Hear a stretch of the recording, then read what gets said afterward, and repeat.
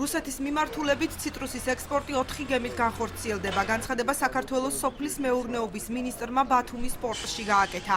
შალვა ფიფიამ დააჭარის სოფლის მეურნეობის მინისტრმა ზაურ ფუტკარაძემ გემფლესტინა 3-ის დატვირთვის სამუშაოები დაათვალიერეს.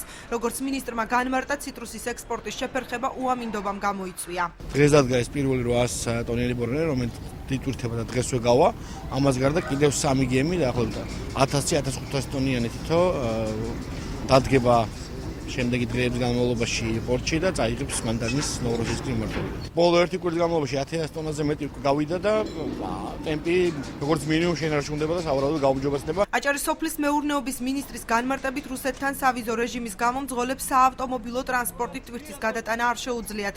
ამიტომ ძირითადად ციტრუსის ექსპორტი საზღვაო ტრანსპორტით ხორციელდება. ზაურ ფუტკარაძის თქმით, რუსეთში ციტრუსი მხოლოდ კერძო კომპანია TCF Georgias გააქვს, თუმცა რუსეთში ტვირთის გადატანის ყველა მსურველს შეუძლია ამ კომპანიასთან თანამშრომლობა. გადამზიდავი კომპანია, ანუ როგორც აგენტი იქნება მომსახურე ფირმა, ერთი ფირმა რუსეთში, მაგრამ ეს იმას არ ნიშნავს, რომ ჩვენ სხვა ფირმებს არ შეუძლიათ გადაზიდვა. ანუ ვინც მსურველია, ვისაც სურვილი აქვს, ან ხელშეკრულება აქვს გაფორმებული რუსეთთან, რუსეთის მიმართულებით, ყველა შეუძლია და აქვე უნდა ვთხოვო ყველა დაინტერესებულ პირს, ვისაც უნდა რუსეთში ტვირთის წაღება, მიმართოს ჩვენ საინფორმაციო სამსახურს. კომპანია TCF Georgias ხელმძღვანელი ოსმან გოგიტიძე ამბობს, რომ მისთვის რუსეთთან კონტაქტის დამყარება და ციტრუსის გატანა რთული არ ყოფილა, რადგან წლების განმავლობაში რუსეთში ცხოვრობდა.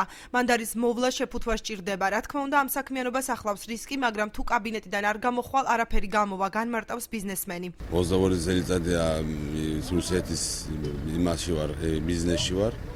და არ ვიცი რატომ არ იყო აქამდე გაკეთებული, ასე გაკეთება უკეთესად ჩემი აზრით. მანდანა უნდა მოგრიფო, ჩაგრო, შეფუთვა უნდა, მაგას მოვლა უნდა, გემი უნდა იქირავო, უნდა ირისკო. ბიზნესია, ამას თავისთავად რისკი ახლავს. სოფლის მეურნეობის სამინისტროს ინფორმაციით ამ დროისათვის აჭარიდან სახმელეთო და საზღვაო გზით 30000 ტონაზე მეტი ციტრუსის ექსპორტი მოხდა. ციტრუსი უკრაინის, ბელარუსის, მოლდოვას, ყაზახეთის, რუსეთის, აზერბაიჯანისა და სომხეთის მიმართულებებით გავიდა.